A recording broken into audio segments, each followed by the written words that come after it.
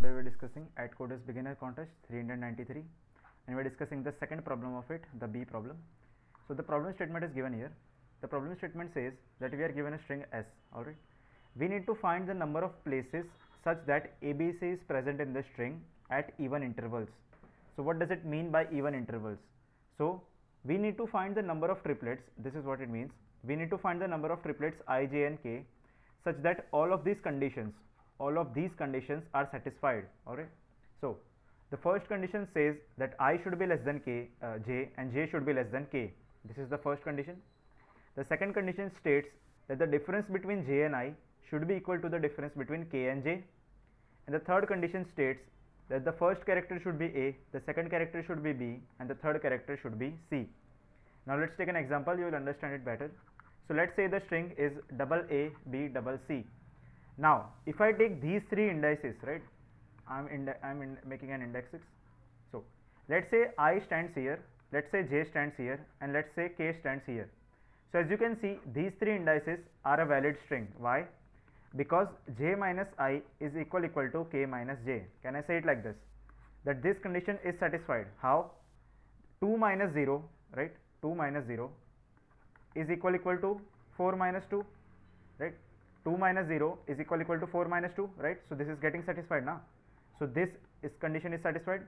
And one more thing, that I is less than J and J is less than K, right? This is also satisfied. And S of I is A, S of J is B and S of K is C. So all of the conditions are satisfied. So this is a valid string. Now let's take another one. Let's say I is here, J is here and K is here.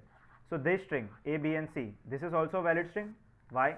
Because the difference between I and J, the difference between I and J and the difference between K and J is same, right? So the difference, both of these differences are same. So this is also a valid string. So how many valid strings are there? So there are a total of 2 valid strings. So the answer for this case would be 2. Now let's take another example. Let's say the string is A, R, C, right? A, R and C. Now as you can see, there is no B in the question, there is no B in the string, right? So there is no possible answer for this string. So the answer for this case would be 0, right? Simple. Are you getting the question? Now what will I do? The extreme brute force for this question would be, I will do whatever the question asks me to do. Alright, so what I will do is I will take 3 loops, I will run 3 loops. I will use an I loop, I will use a J loop and I will use a K loop. Alright, now what I will check is, I will check if S of I is equal to A, the character at ith index is A, the character at jth index is B and the character at kth index is C. I'll just check if all of these are possible now, and I'll also check if J minus I is equal to K minus J. If all of these conditions are satisfied, that means it is a valid string. So I'll just increase my count variable. Alright, so I'll just increase my count variable and finally I'll print my count variable. So this is what I'm doing. I'm using 3 for loops and I'm just checking if all of the conditions are met, then that is a valid string, right? That is a valid string. So I'll just increase my count variable. So let's do the code for this, simple as this. So let's do the C++ code first. So basic C++ template. So please read the input format very carefully. I'm inputting a string S. So the input format states we need to input a string S. Now I am traversing in the string 3 times, right? So I am traversing in the string 3 times I plus plus. Now I am checking J equal to I plus 1, J less than H dot size and J plus plus. So please keep in mind that J should be started from I plus 1, right? Because I should be less than J and J should be less than K. This condition should be satisfied. So that's why we are traversing J from I plus 1 and we are using another loop K equal to J plus 1, K less than H dot size, K plus plus. What are we checking? I am checking if S of I is A, if S of I is A, S of J is B and S of K is C, right? This is what I am checking, and J minus I should be equal to K minus J. If all of these conditions are met, then I am incrementing the count variable. So let's make a count variable. So count is 0 initially, and finally what I am doing is I will just print count. Alright, so let's submit this question. So as you can see, my code got accepted. Now you can also make a further optimization in this code. So I'll just optimize it further. So what we can do is, instead of just I'll just show it to you. So what we'll do is C++. Right. Say okay, instead of just running these for loops 2 times, I'll just check if s of I is a, then only I'll run this for loop. If s of I is a, then only this j loop is run. Alright. So I'll just format this real quick. If s of I is a, then only this j loop is run, and the k loop is only run when s of j is b. Alright. Then only this k loop is being run. Alright. So I'll just put it here. Let's format this part. Alright. Okay, if s of I is a, then only this j loop will be run. If s of j is b, then only this k loop will be run. So this is the further optimization on my part. So this code will also get submitted. Alright. Alright, so as you can see, this code also got submitted, and in this code actually we don't have to check for these conditions anymore. Then if s of I is a, then s of j is b and s of k is c. So condition for this checking is not needed in this part. Alright. So this is the further optimization in this code. Then let's do the Java code for the same. So in Java, please read the input format very carefully. We are inputting a string s. So this string s. Now what am I doing? I am traversing in the string 3 times. Alright. So I am traversing in the string 3 times for int j equal to I plus 1, j less than s dot size, not s dot size, s dot length, j plus plus. So instead of using size in Java, there is this function called length. Right. So length j plus plus, and finally the k loop. Alright. So k equal to j plus 1, k less than s dot length, k plus plus. Now what are we checking? We are checking if the character at ith index, is a, the character at jth index is b, and the character at kth index is c. This is what we are checking, and we are also checking if j minus I is equal to k minus j. If all of these conditions are satisfied, then only we are incrementing the count variable, and finally after the for loop ends, I'll just print the count variable. Right. So let's make a count variable first. So int count is 0 initially. So this is what we are doing. I'm traversing in the loop 3 times, and I'm checking if all of these conditions are satisfied, then that is a valid string. So I'll just print count, I'll just increment the count variable. So let's submit this code. So as you can see, the code got submitted. Now you can also do a further optimization on this code. I'll just show it to you. So let's go back. Alright, so what other optimization can you do? So instead of just running these for loops this many times, I'll just check here. What I will check, if s dot caret I is a, then only I'll run this j loop. Alright, then only I'll run this j loop. So I'll just format this real quick.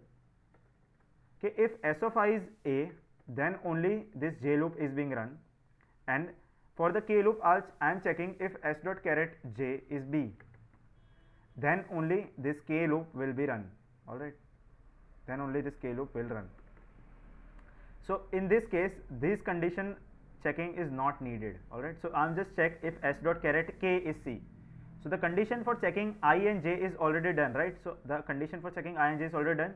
So I'll just check for c then, and I'm also checking for this equation. So let's submit this part. This code will also get submitted. Alright, so as you can see, the code got submitted.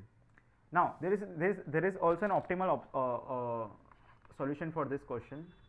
So the optimal solution states that let's say the ith character has a, the jth character has a b. Alright, so there is a b here. So what I will find is, I will find the distance between them, right? So I'll find the distance between them, j minus I, and this distance should be equal to some other distance c. So I'll just check if j plus distance, if the character, so I'll just check if the character at j plus distance, if it is c, then that is a valid string. Now can I say it like this? I'll just find the difference between a and b first. Alright, so I'm finding the difference, that this is the distance. Alright, and I'm checking that for the same distance, is there a c somewhere, right? So for the same distance, if there is a c, then I can say that this is a valid string. So then only I'll increase my count variable. So this is a optimal approach. So this question, this approach will get submitted in a time complexity of n square. Alright, so I'll do the code for this. So I'll do the C++ code for it first. So let's do the C++ code. Alright. let's do the C++ code. What did I say? That instead of running all of these for loops, alright, so I'll just remove all of them. I'm running the for loop for only 2 times, alright, so I'll just run the for loop 2 times. What am I checking? If s of I is a, alright, then only I'm running the j loop, alright, so then only I will run the j loop. So j equal to I plus 1, j less than s dot size, j plus plus, alright. And what am I checking? What am I checking? If I am checking the distance for the same, so the distance would be j of I if s dot j is equal to b. If s dot j is equal to b, then I'll find the distance, alright. So I found the distance. Now I'm also checking if j plus distance is if it is equal to c, then that is a valid string now. So I'll just increase my count variable. Simple. And finally I will print the count variable. So if the character at j plus distance is, if it is c, then that is a valid string, so I'll just increase my count variable. So this is the optimal approach. Let's submit this. So as you can see, this approach also got submitted. Now let's do Java code for the same. So I'll just copy the Java code, just a sec. Not folder, sorry about that, A.B.C. Alright, so what are we checking? Let's remove all of this code. Right, so let's remove this code. So I'm using a for loop, then I'm checking if the ith character is a. Then I will again run a j loop. Alright, so I'll run a j loop, j equal to s dot length, j plus plus. What am I checking? If I'm checking if the character at jth index is a b. Alright, if the character at jth index is a b, then I'll find the distance. What is the distance? J minus I. And I will check if the j plus, if the character at j plus distance, if it is equal to c, then that is a valid string now. Then that is a valid string. Then only I will increment my count variable. Alright. So first I'm checking if the character is a, then I'm checking if the character is b, then I'm finding the distance. And if j plus distance character is c, then that is a valid string, so I'll increment my count variable. Let's submit this question. Alright, so it is giving a runtime error, so let's check why it is giving a runtime error. So 16 test cases got submitted. Alright, so I equal to s dot length, j equal to s plus I plus 1. Alright, so okay, so I have to check that this j plus distance should be less than equal to the size of string now.